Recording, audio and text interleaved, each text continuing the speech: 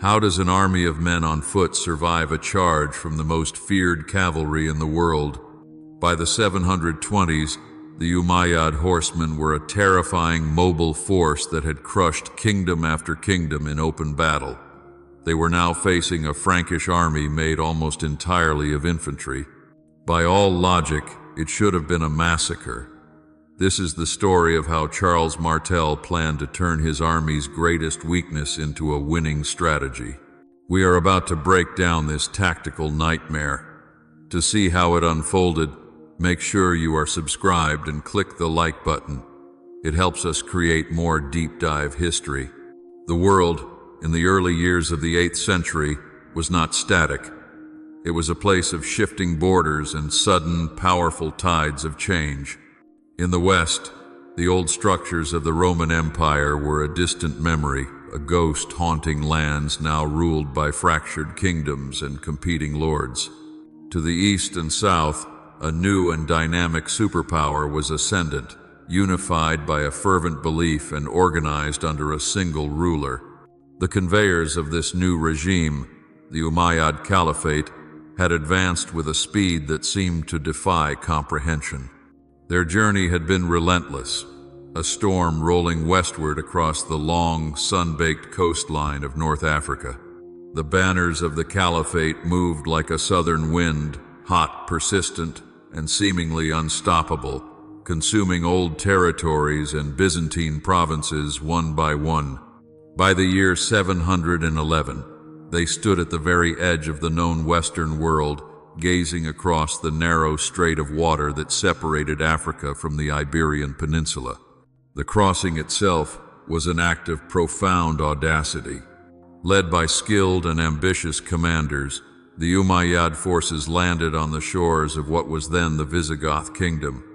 This kingdom, though possessing a proud warrior tradition, was rotting from within. It was plagued by bitter factionalism, internal rivalries, and a deep struggle for the throne. It was tragically unprepared for the disciplined, mobile, and highly motivated army that now stood upon its soil. What followed was not a protracted war, but a staggering collapse. In a shockingly brief span of years, the entire Visigoth kingdom was overthrown. Cities opened their gates either in fear or through negotiated settlements. Armies that gathered to resist were scattered in decisive engagements.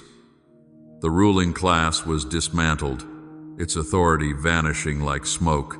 The Umayyad forces pressed onward, moving north and east, swallowing almost the entire peninsula.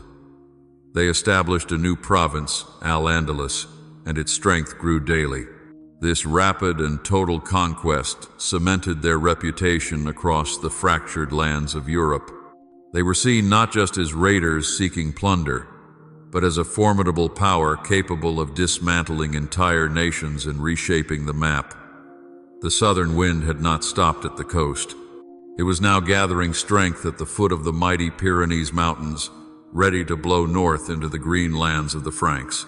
The broken border of the Pyrenees Mountains, a vast and rugged spine of stone, had long separated Iberia from the patchwork of territories known as Gaul. For a time it held, but by the 720s, the governors of Al-Andalus began to look beyond the peaks.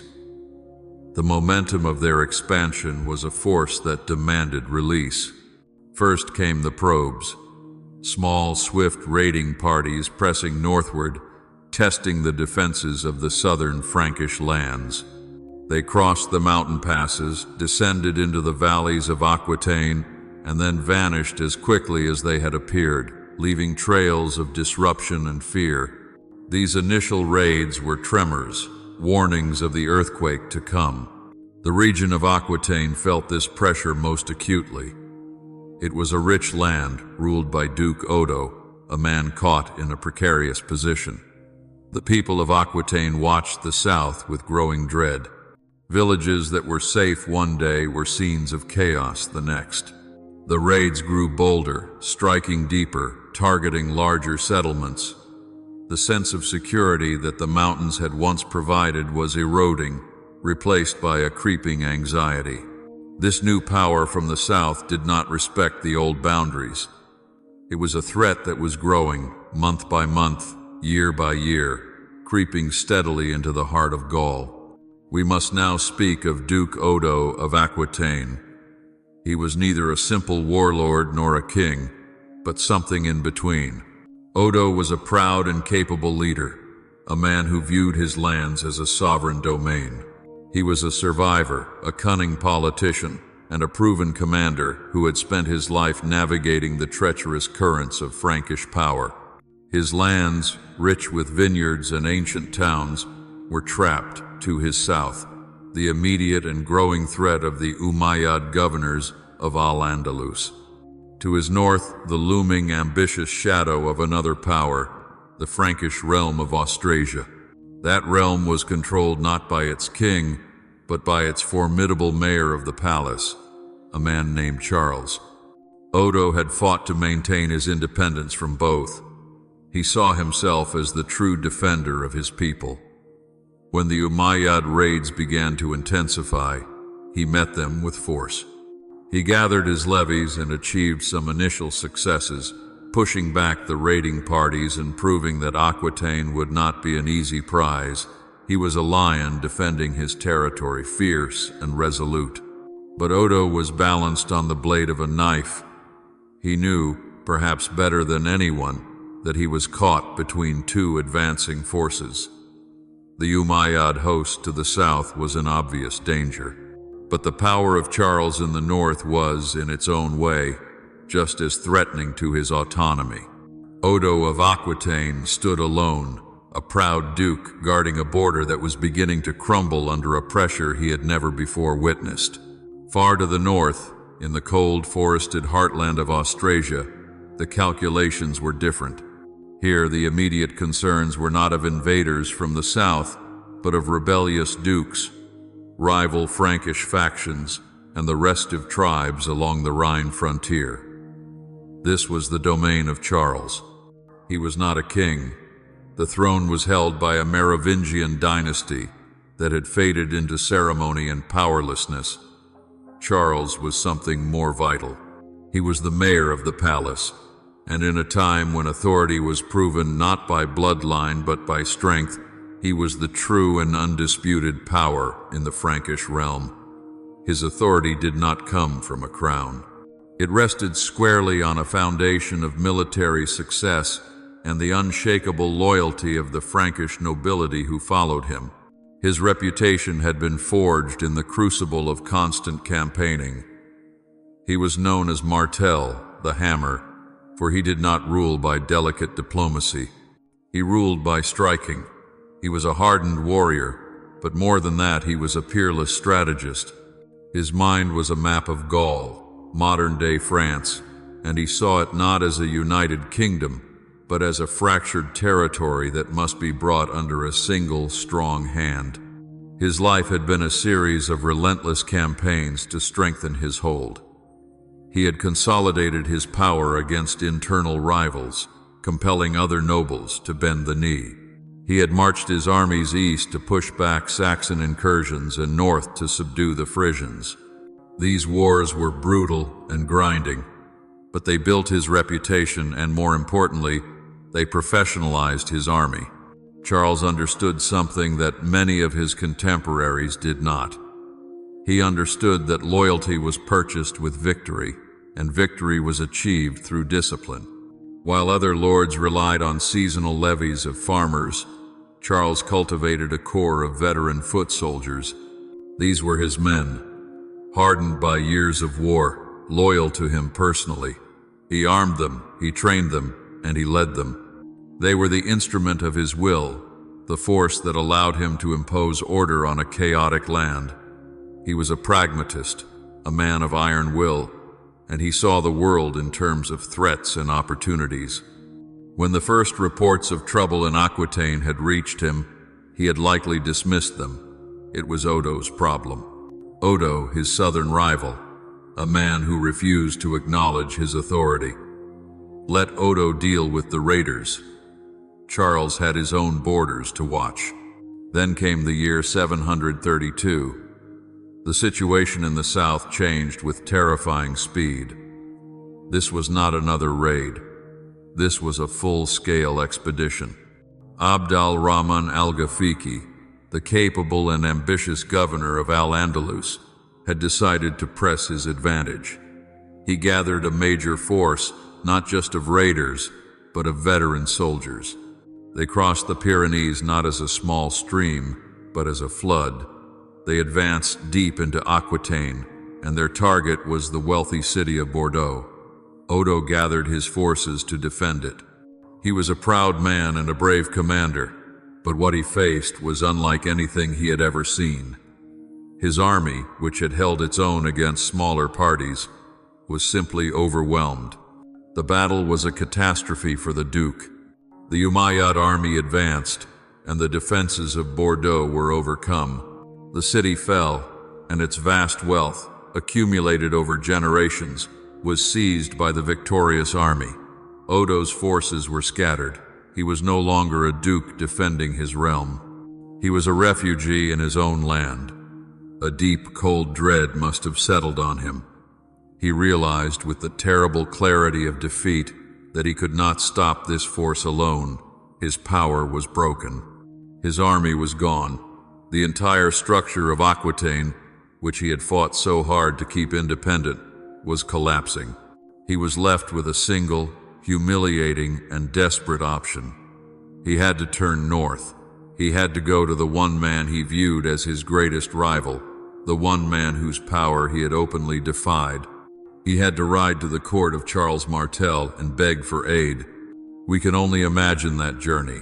A proud duke, his reputation in tatters, riding north with a handful of retainers, the smoke of his burning lands behind him. He arrived before the mayor of the palace, not as an equal, but as a supplicant. The tension in the hall must have been thick enough to cut. Odo, swallowing his pride, had to explain the situation.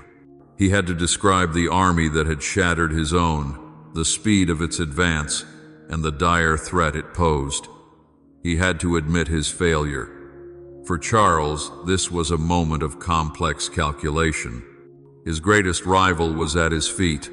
Aquitaine, which he had long coveted, was his for the taking, but it was not truly his.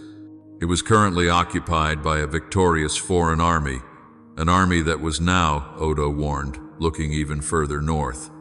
The dire threat, the advance of this new power, forced them into an uneasy and bitter alliance. Charles agreed. He would march. But he would march on his own terms, and when this was over, there would be no question of who ruled Gaul.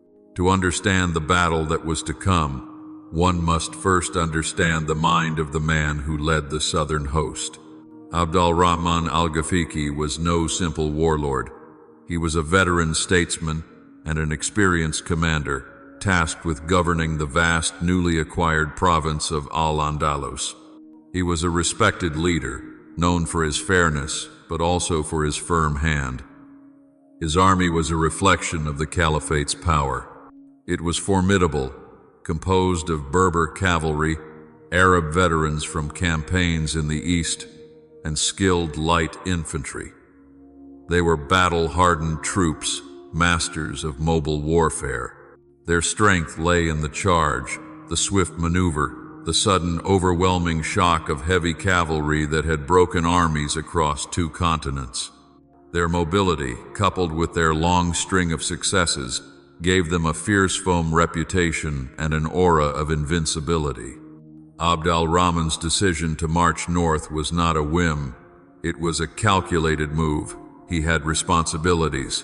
He had a large army to maintain, and an army required provisions and, just as importantly, pay. The wealthy towns and famous monasteries of Gaul were a tempting source of plunder to reward his soldiers and secure their loyalty. Furthermore, Odo of Aquitaine had been a persistent nuisance on his northern border.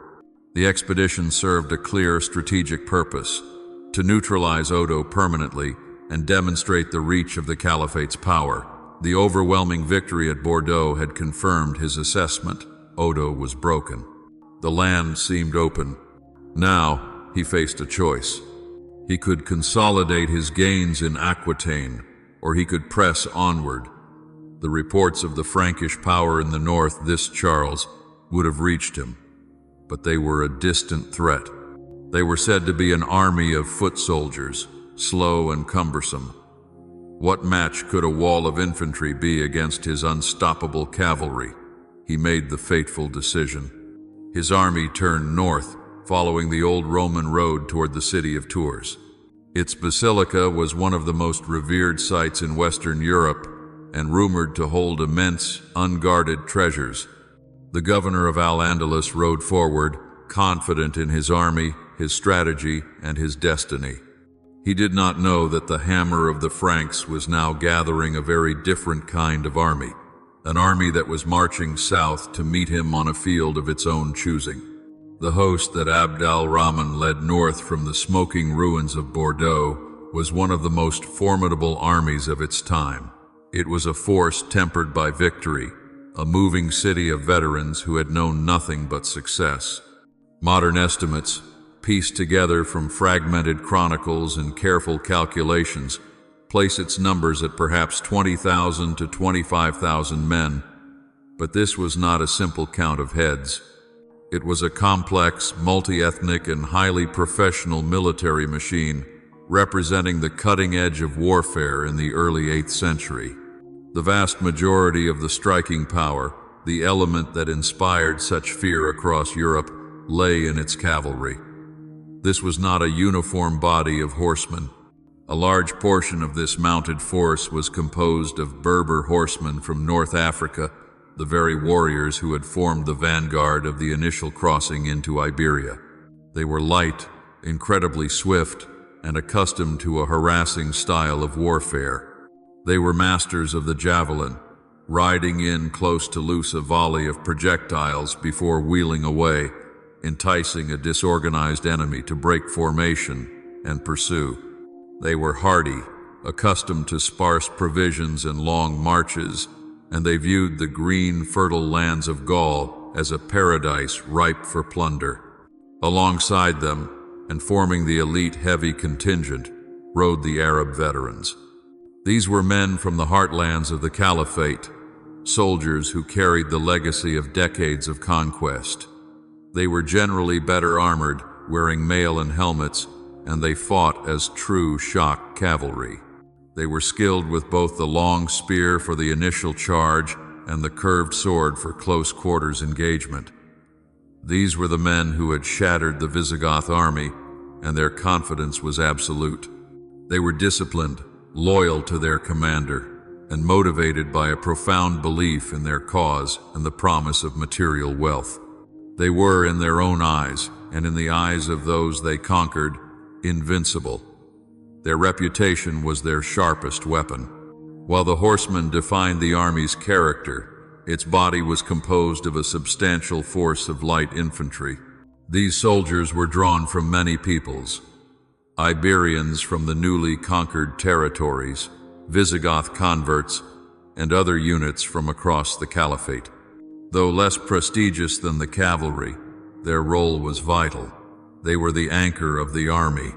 They secured the camps, they held ground the cavalry had taken, and they conducted the difficult work of assaulting fortified positions as they had done at Bordeaux. They were accustomed to supporting the cavalry, moving quickly to exploit any gap the horsemen created. And trailing this great host was its lifeblood and ultimately its critical vulnerability, the baggage train. This was not merely a collection of tents and food. It was a vast, sprawling caravan carrying all the supplies needed for a long campaign, but it also carried the immense wealth they had acquired.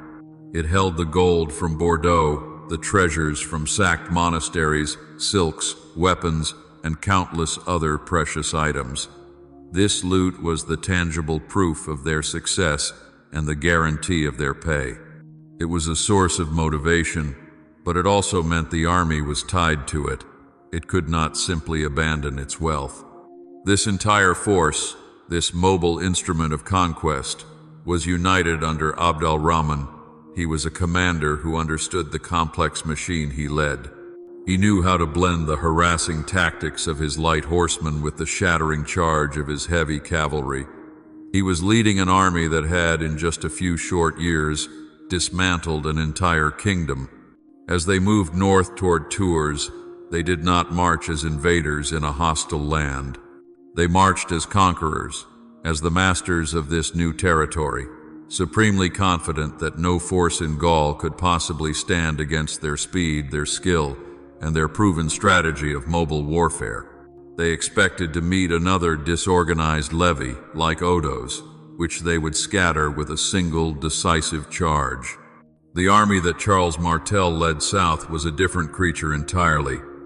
It did not move with the lightning speed of the Umayyad host. It moved with the deliberate, grinding rhythm of boots on the earth. This was an army of the north, an army of forests and heavy soil, and its sound was the tramp of thousands of feet and the jingle of mail. Charles had gathered perhaps 15,000, or maybe as many as 20,000 men.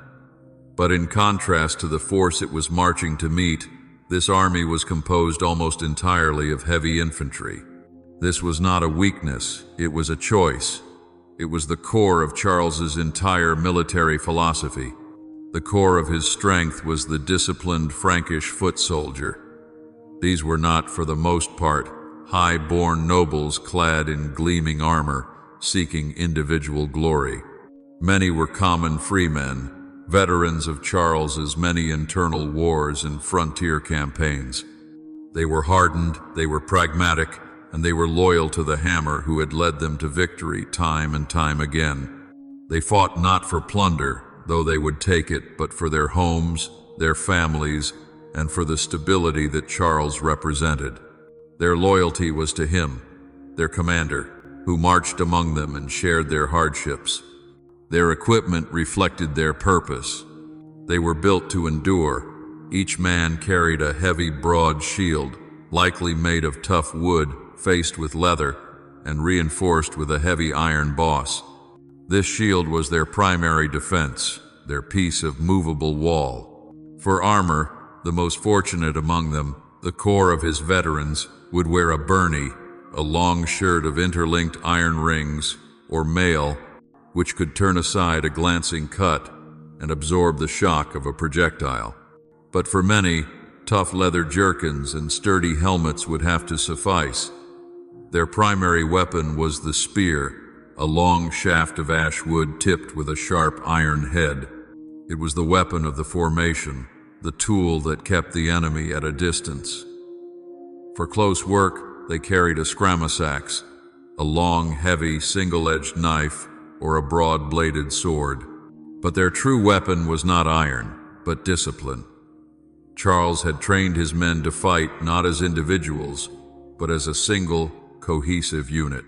They fought in tightly ordered ranks, shield locked with shield, forming a defensive wall of wood and iron, with a hedge of spear points bristling from its front. It was a formation designed for one purpose: to receive and absorb a charge.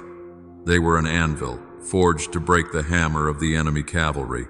They lacked mobility, but they possessed immense resilience. They were the very antithesis of the Umayyad army. They would not seek open field charges. They would stand, they would hold, and they would endure.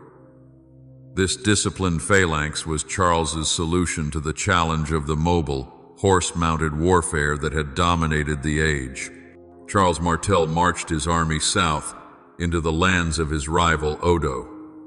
He was now operating in territory that had just been ravaged by Abd al-Rahman's army.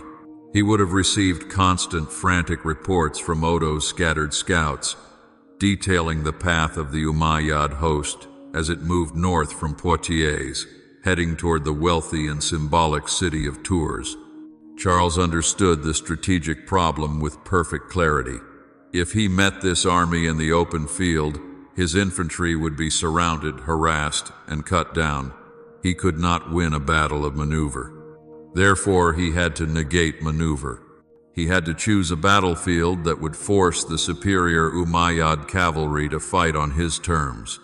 His search was not for a wide, flat plain. It was for broken ground. He needed terrain that would protect his flanks and disrupt a cavalry charge. And between Tours and Poitiers, near an old Roman road, he found it. The spot he chose was a masterful piece of tactical foresight. It was a position on slightly elevated terrain, a long, gentle slope. This was crucial. It meant the enemy cavalry would be forced to charge uphill, even if only slightly, robbing them of their critical momentum and tiring their horses. Even more importantly, the position was flanked by woods. These forests were as good as castle walls.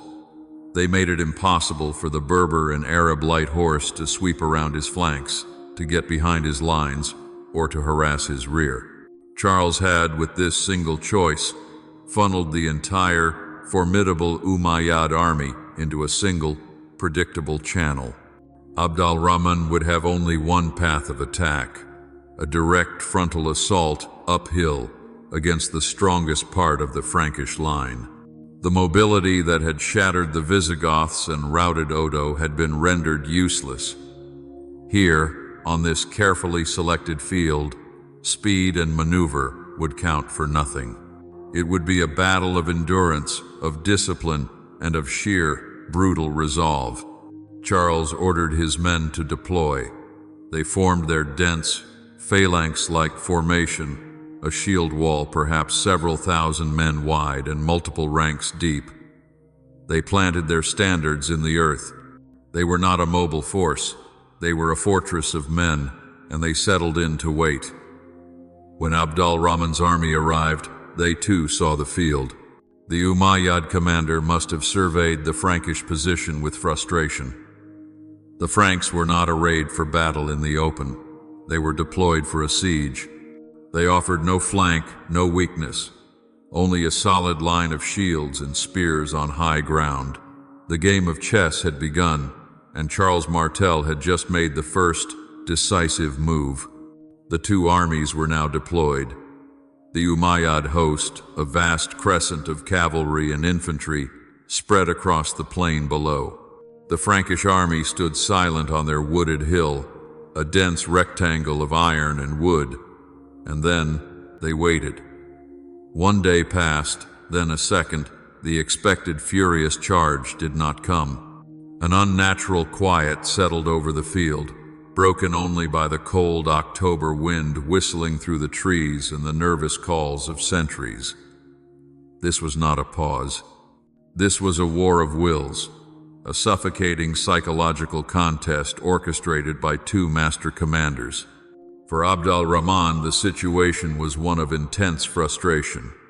He was a commander of swift, decisive action. His entire military doctrine was built on movement, on the flanking maneuver, on the overwhelming shock of a cavalry charge on an open field. Now, he was faced with a static problem. The enemy was dug in, their flanks securely anchored by dense forests. There was no way around.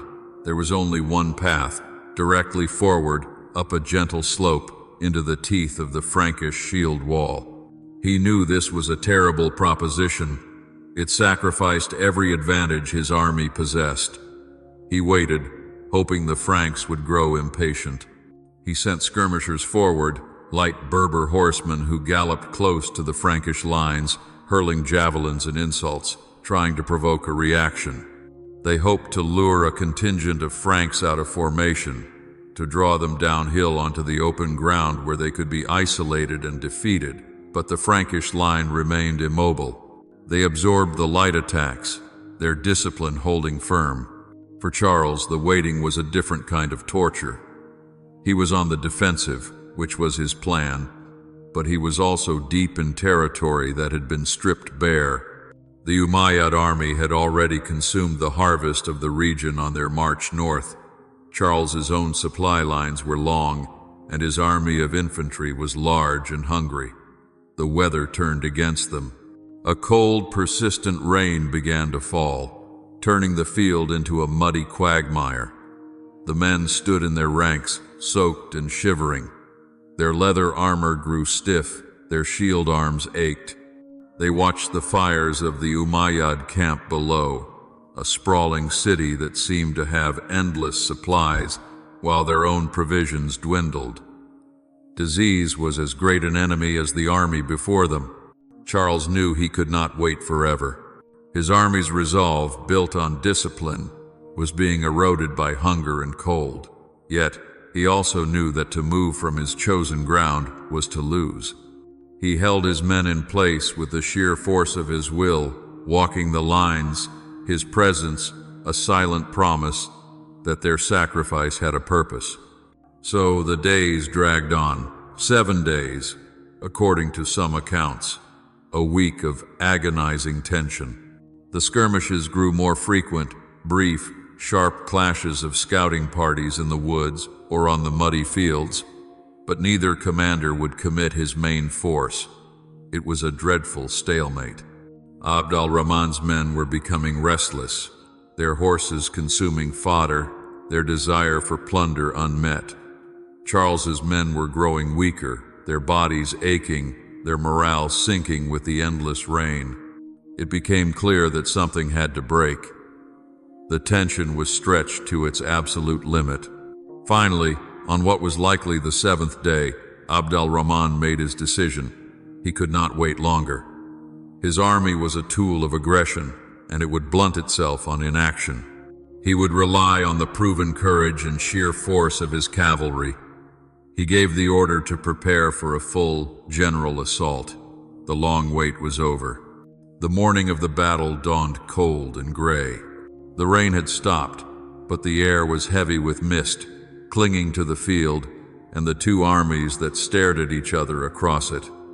A heavy silence fell, the kind of silence that precedes a storm. In the Umayyad camp there was a great stirring.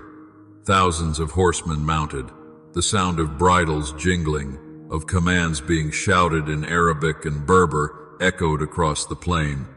Banners of silk were unfurled. This was the moment. Abd al-Rahman, supremely confident in his elite heavy cavalry, the men who had shattered the Visigoths, arrayed them in the center. They would be the spearhead. On the hill, the Franks watched this preparation. Their hearts pounded. This was what they had dreaded and prepared for. Charles Martel was on foot among them, his presence a grounding force.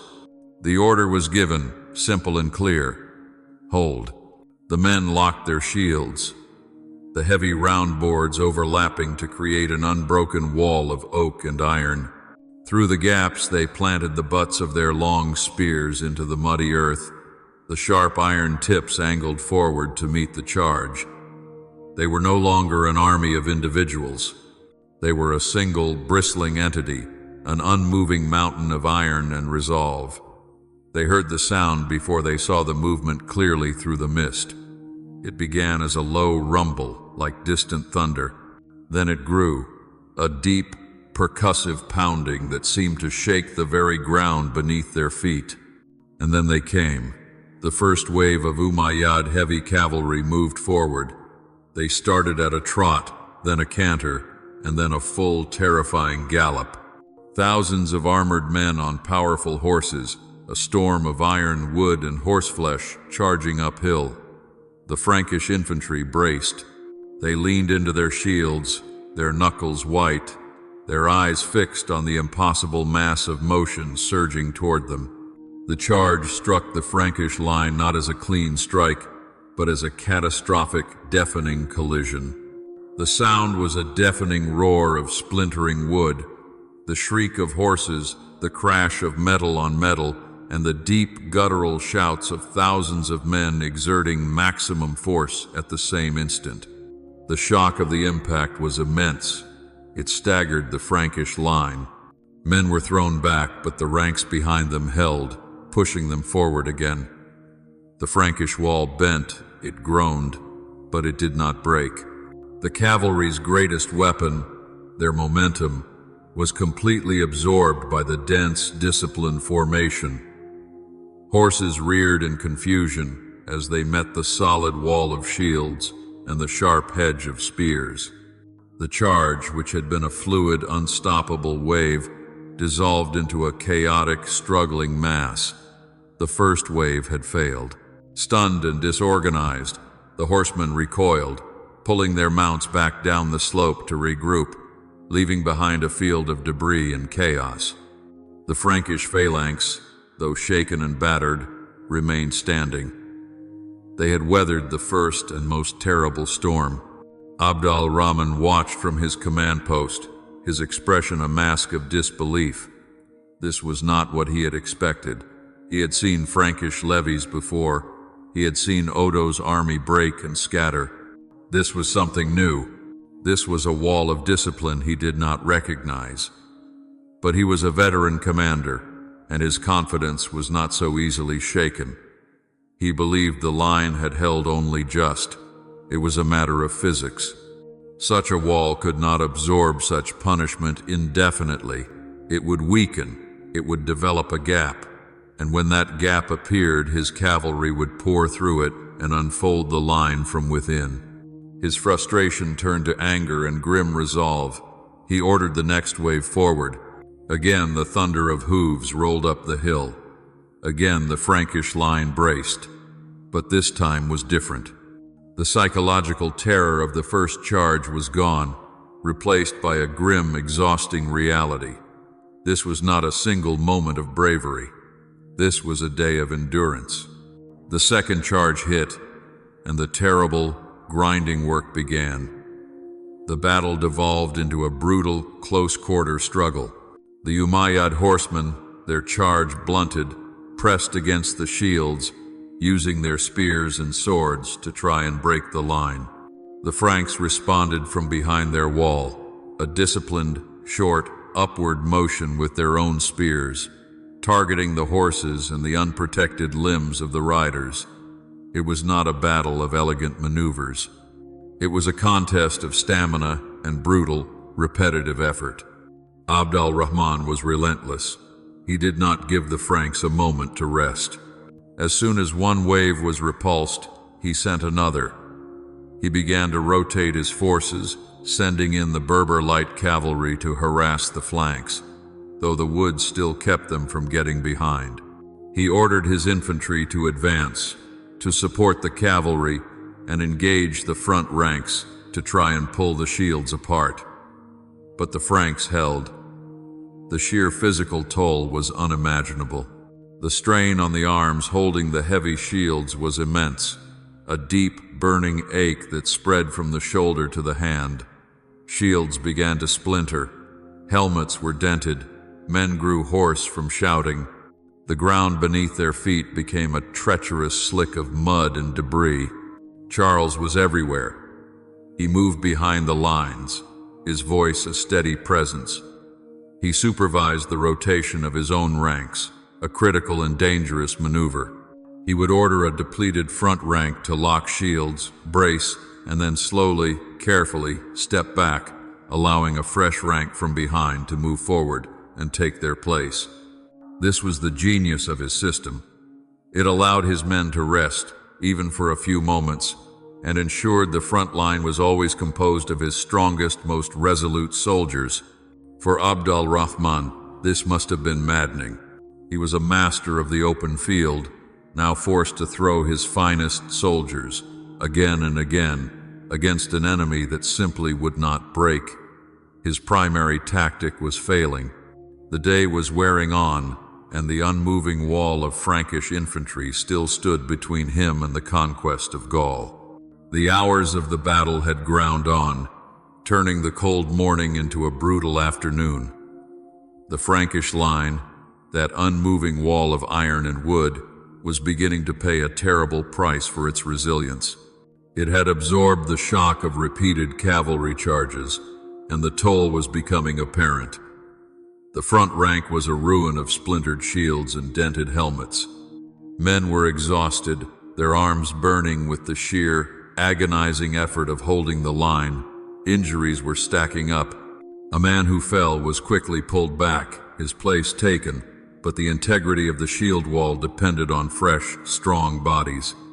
Charles Martel, moving behind his veterans, saw this. He knew his line was bending. It was at its absolute limit. He began the most dangerous maneuver in warfare, the rotation of troops in the face of the enemy. With precise commands, he ordered sections of the exhausted front rank to lock their shields and step back, while less experienced, more lightly equipped troops moved forward to take their place. These were younger men, perhaps militia from the surrounding lands, or soldiers who had not seen such ferocious combat. Their faces were pale, but they were filled with the confidence that came from watching their veteran brothers hold the line all day. They were also buoyed by the presence of their commander, Charles himself, who was on foot among them, his gaze as steady as the earth. They were men of this land, and they were prepared to defend it to the very last. From his vantage point, Abd al-Rahman saw this shift. He was a veteran commander, and his eyes were sharp. He did not see a fresh line, he saw a different line. He saw the subtle waver, the lighter shields, the absence of the heavy mail coats. He sensed, with a predator's instinct, that this was his opportunity. His cavalry was exhausted from charging the heavy troops all day, so he opted for a new tactic. He ordered his infantry forward. He would use his foot soldiers to test these less experienced Frankish troops, to probe the battle lines, to find the one weak point in the enemy formation that he could burst open. The battle now changed. It was no longer a thunderous clash of horse against shield. It became a grinding, pushing, desperate struggle of infantry against infantry, a test of pure endurance in the mud. Charles watched the new infantry assault press against his rotated lines. His men were holding, but just barely. The pressure was immense. He knew with the cold certainty of a master strategist that he could not win this way. He could not continue to just absorb these charges all day. A defensive victory was impossible. He needed to change the equation. He needed a counterstroke. In the chaos of the battle, he found Duke Odo of Aquitaine. The two rivals, now bound by this desperate alliance, huddled for a brief, frantic council of war. Odo, who had lost his lands, and Charles, who was trying to save his. It was here, in the heart of the fight, that they devised a truly desperate gambit. They would not and could not win the battle at the front. Therefore, they had to strike the enemy where they were weakest. Their camp, the Umayyad camp, was the heart of Abd al-Rahman's army. It was not just their shelter, it was their treasury, their supply dump, and the entire reason for their campaign. It held all the precious loot they had acquired from Bordeaux and the monasteries. It was, Charles and Odo reasoned, lightly garrisoned. This was a massive risk. It meant diverting precious troops from the main line, but it was their only chance. Duke Odo himself, the man who had the most to avenge, would lead the strike. He gathered the Frankish cavalry contingents, a small force compared to the Umayyad host, but heavy and disciplined. This was the moment for audacity. Odo led his men on a long, wide ride. They did not go forward, they went around. They used the very woods that had protected the Frankish flank as a screen to conceal their own movement. They rode in silence, undetected, their horses' hooves muffled by the soft earth, moving like a ghost around the edge of the world-changing battle. Their target was not the army. Their target was the baggage train. Odo of Aquitaine, a man whose lands had been ravaged and whose army was broken, now led the desperate charge. His cavalry, a small but heavy contingent of Frankish horsemen, had moved like ghosts through the cover of the woods. They burst from the tree line with a unified shout, a sudden and shocking eruption of iron and horseflesh that descended upon the Umayyad camp. For a single heart-stopping moment, there was a complete and terrified surprise. This was the vulnerable heart of the Umayyad army, a sprawling city of tents, wagons, and immense portable wealth. But it was not undefended. The garrison, though small in number compared to the main army, was composed of veteran soldiers. Their initial shock lasted only a second, replaced by the ingrained discipline of years of campaigning. They reacted with speed, grabbing shields and spears, using the heavy supply wagons and taut tent ropes as a makeshift, formidable defensive perimeter. Odo's men, who had perhaps expected an easy rout and a swift collection of plunder, found themselves held at bay. Their charge smashed into a wall of desperate resistance. A fierce, swirling fight erupted at the edge of the camp. It was a chaotic, confused engagement, fought not on an open field but in the narrow alleys between wagons. The garrison fought with a primal desperation. They were not merely protecting abstract wealth. They were protecting their wealth, the accumulated pay and plunder from the entire campaign, the very purpose of their presence in this land. They were also protecting the army's entire supply of food and provisions. To lose the camp was to lose everything. They could not defeat Odo's heavier cavalry in an open fight, but they did not need to. They only needed to hold him. They needed to delay, and that delay was everything. In the midst of this chaos, a single messenger, seeing the attack, leaped upon a fast horse and galloped, frantic, away from the fight. He rode hard, skirting the edge of the main battle, his eyes fixed on the distant standards of his commander, Abd al-Rahman. The news did not arrive at the front line as a clear, crisp order from a general. It spread as a poison. It began as a single panicked shout from the rear, a rumor that leaped from man to man through the Umayyad ranks, who were at that very moment pressing against the weakened Frankish shield wall. The camp. They are in the camp. And then the most terrifying words of all. They are taking the plunder. This was in many ways a blow more devastating than any Charles Martel could have struck. These soldiers, who had charged bravely into the wall of spears all day, risking their lives, now had a single, vivid, and unbearable image in their minds. A Frankish raider, a man they had not even been fighting, taking the gold, the silks, and the treasures they had already won. It felt like a betrayal. That wealth represented their pay, their status, their entire future. The thought of it being stolen was an agony. A new and terrible panic began to set in. Men who had been the very picture of discipline now hesitated. They looked back over their shoulders, their focus gone, their resolve shattering. Abd al-Rahman, seeing the growing chaos, was horrified. His army, his perfect instrument of war, was dissolving before his very eyes. Its discipline, built over years, was evaporating in seconds. He had to act swiftly to avoid a full-scale, irreversible rout. He had no choice. The assault on the Frankish line, which had been so close to succeeding, was now utterly irrelevant. He had to save his camp, the anchor that held his army together. He shouted the order, his voice filled with a terrible bitterness, for his main force to break off the attack and return to the camp's defense. The great Umayyad assault, which had pressed for so many hours, suddenly faltered, stalled, and then collapsed as thousands of men turned their backs on the Franks and rushed to save their possessions. This was the moment Charles Martel had been waiting for. He had been standing on foot behind his men, watching his line bend, watching his soldiers reach the very limit of their human endurance. He had been preparing for the line to finally break. Then he saw the unthinkable. The relentless assault, which had pressed for so many hours, suddenly stopped.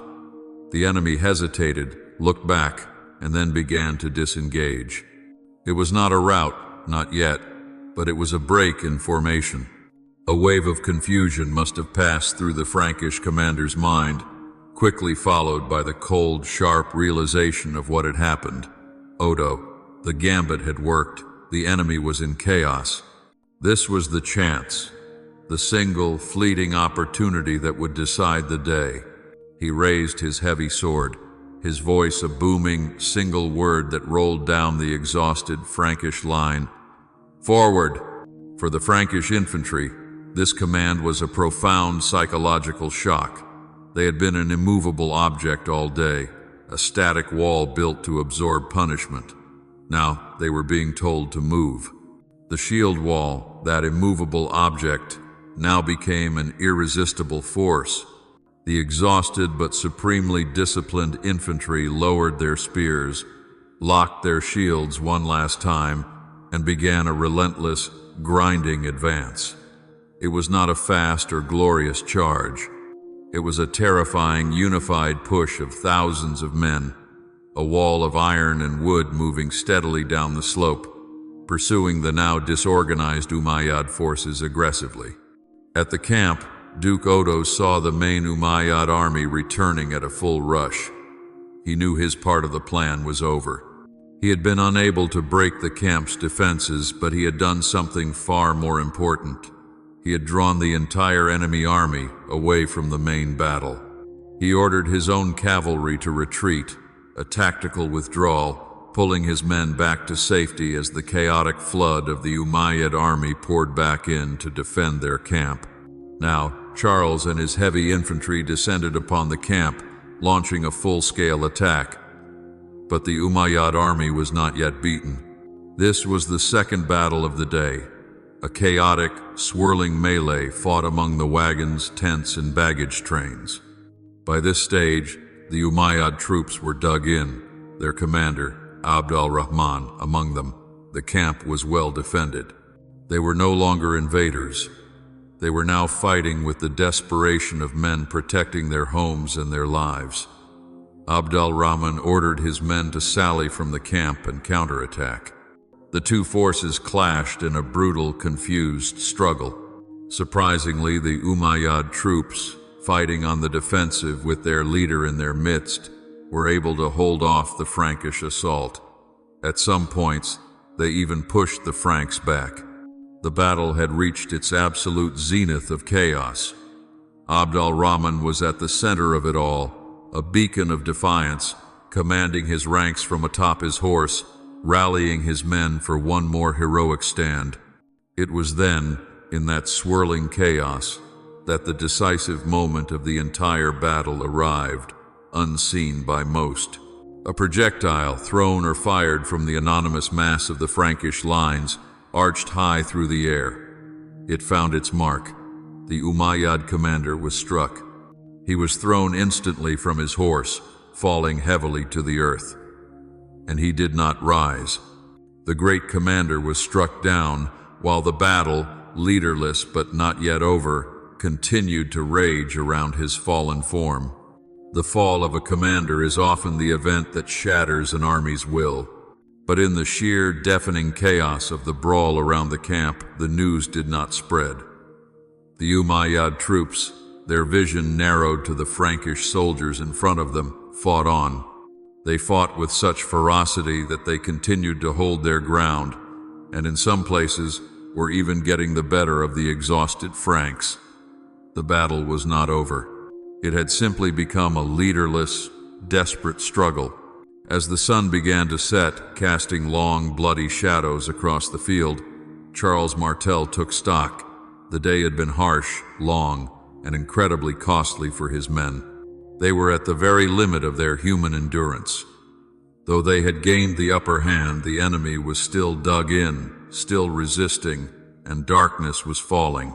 To continue to press the attack into the night against a desperate foe in an unfamiliar camp would be a reckless gamble, and Charles was not a gambler.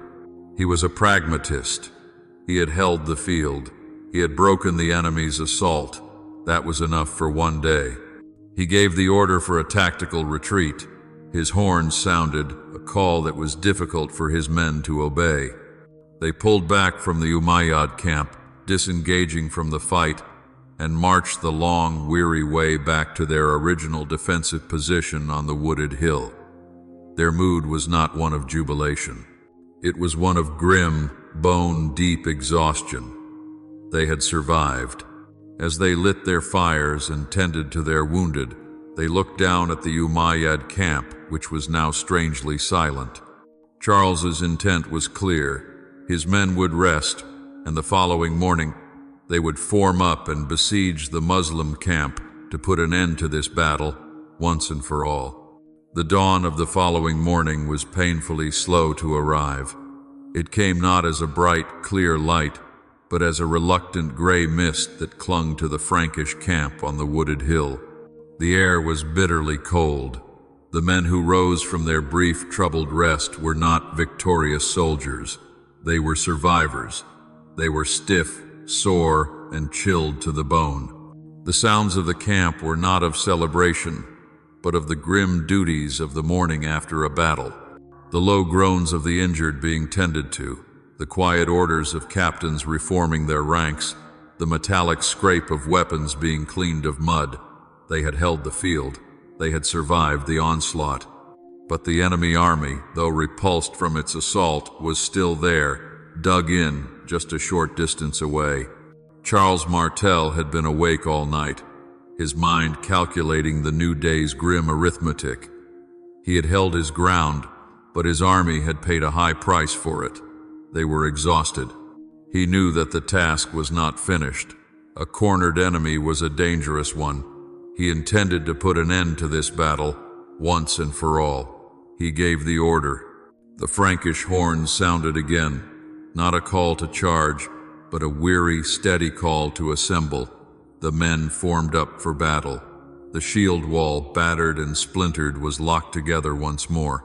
Determined to finish the fight, they began their advance. They marched down the muddy slope they had defended so fiercely, moving with a cautious, deliberate pace. They advanced toward the Umayyad camp, fully expecting the battle to resume, preparing themselves for another desperate struggle. But as they drew closer, a profound and eerie silence met them. There were no shouts from sentries. There were no battle horns sounding the alarm. There was no smoke rising from cook fires. The great, sprawling camp, which had been a city of thousands, was utterly still. The Frankish scouts, their nerves stretched to the breaking point, advanced first. They reached the hastily constructed defenses of the camp, breached them, and found nothing. The camp was empty. The Umayyads were gone. The realization spread through the Frankish ranks, not as a shout of triumph, but as a slow, collective sigh of disbelief. The Frankish soldiers, led by Charles, moved into the abandoned camp. Tents were still standing, flapping uselessly in the cold wind. The ground was littered with the debris of a hasty departure. The army that had threatened to overwhelm them, the army that had seemed unstoppable, had vanished. The Umayyad host, utterly battered, and now realizing that their leader had fallen, had made the decision. During the guise of night, while the exhausted Franks were resting, they had chosen to withdraw from the battlefield entirely, beginning the long, broken march back south toward the safety of the Pyrenees. The Frankish soldiers, stunned by the silence, began to move deeper into the vast, abandoned camp. And it was here they found the second surprise of the morning. The Umayyads had not just left their tents, they had left the treasure. In their eagerness to leave the region, they had abandoned large sums of supplies, armor, and most incredibly, the very loot that had been the focus of their campaign. Piled in wagons or scattered near the command tents were silks, church gold, precious objects, and all the portable wealth they had acquired during their long march, including the spoils of Bordeaux. For the common Frankish soldier, this was an astonishing sight. But for Charles Martel, it was a strategic puzzle. Why would an army leave behind the very thing that had motivated it? He gathered his captains, and they debated the reasons. Perhaps the first and most obvious reason was speed. The Umayyad army was now leaderless. Its discipline, once broken by the panic at the camp, could not be restored. They were a defeated force, and their only priority was escape. They could not allow their retreat to be slowed down by the additional weight of heavy, cumbersome wagons filled with treasure. Their survival was worth more than their plunder. But there was another, more subtle possibility, one that Charles would have appreciated. Perhaps some of the remaining Umayyad captains, in a final act of battlefield calculation, had left the loot behind intentionally. Perhaps it was a silent bribe. They may have reasoned that leaving such vast sums of supplies and treasure would satisfy the Frankish army. It would entice the Franks to stay, to gather the spoils, rather than immediately giving pursuit. It was a gamble that the Frankish commander's greed for treasure would outweigh his desire for a total rout. Whatever the case, it worked. Charles Martel and his force did not pursue. Some of his younger, hotter-headed commanders may have urged him to chase the retreating army, to harass their rear guard and finish the job. But Charles the Hammer knew when to stop striking. His victory had been hard won. His men were utterly exhausted. They were an army of heavy infantry, and the enemy, though beaten, was still a force of cavalry. To chase them on the open field would be to sacrifice the very tactical advantage of terrain that had won him the battle. It would be a fool's errand. He had won, the threat was broken, the enemy was in full retreat, leaving his lands. That was enough. He gave the order to secure the camp, to gather the spoils, and to care for the wounded. His victory was complete, its significance immense. The battle, which would later be known as the Battle of Tours, was over, but its legacy was just beginning. In the immediate aftermath, the significance was clear. Charles Martel's reputation was secured. He was no longer just the ambitious mayor of the palace, but the undisputed defender of Gaul. The victory solidified his authority over the entire Frankish realm, including the previously rebellious Aquitaine. This one hard-fought day laid the unshakable foundation for the dynasty that would bear his name, the Carolingians. The power he cemented on that field would be passed to his son, and then to his famous grandson, Charlemagne, who would be crowned emperor. As the years and centuries passed, the battle's importance grew in the telling. Later chroniclers, writing from a perspective of a clear divide between two worlds, would describe the battle as one of the most important in world history. They would exalt Tours as a decisive turning point, a single event that had, in their view, saved all of Europe from conquest. This narrative, powerful and dramatic, became the accepted history for many generations. However, modern historians, with the benefit of distance and a wider array of sources, are more cautious. They recognize the nuance. The power of Al-Andalus in Iberia remained incredibly strong for centuries. The battle did not, in fact, stop all incursions. Raids into southern Gaul would continue for decades. The Umayyad Caliphate was a vast and powerful entity, and this single defeat, while significant, was not a fatal blow to its ambitions. Yet, the modern view does not dismiss the battle's importance. It redefines it. The Battle of Tours was, without question, a critical check on the policy of large-scale, permanent northern expansion. It marked the high water mark of the Caliphate's advance into Gaul. It was not the end of the conflict, but it was the end of the invasion. It established a new, unstated border. It ensured that the Frankish kingdoms and the unique culture developing within them would have the breathing room to grow. The true legacy of the battle was not that it saved the world, but that it secured the future of Charles's family, his realm, and in doing so, shaped the political and cultural map of the continent for the next 1,000 years. As we conclude this story, it is worth taking a moment to reflect on what this narrative truly means. This account, drawn from the mists of the early 8th century, is far more than just a chronicle of a single battle. It is a profound and timeless study in leadership, strategy, and the often overlooked frailties of human nature. When we look at the characters, it is easy to see them in simple terms, but the truth is more complex. On one side, we have Charles Martel. It is tempting to see him only as the Hammer, a man of brute force. But the true lesson of his character is his profound, patient intelligence. He was, above all, a pragmatist. He understood the limitations of his own army of foot soldiers, and he refused to fight a battle he could not win. He did not win by being stronger in the conventional sense. He won by being more disciplined, by understanding the land, and by forcing his supremely confident opponent to fight on the one piece of ground where all of that confidence was useless. His victory was a victory of the mind. On the other side, Abd al-Rahman al-Ghafiqi was not a foolish commander. He was capable, brilliant, and led an army that had, until that day, seemed invincible. His confidence was not a character flaw.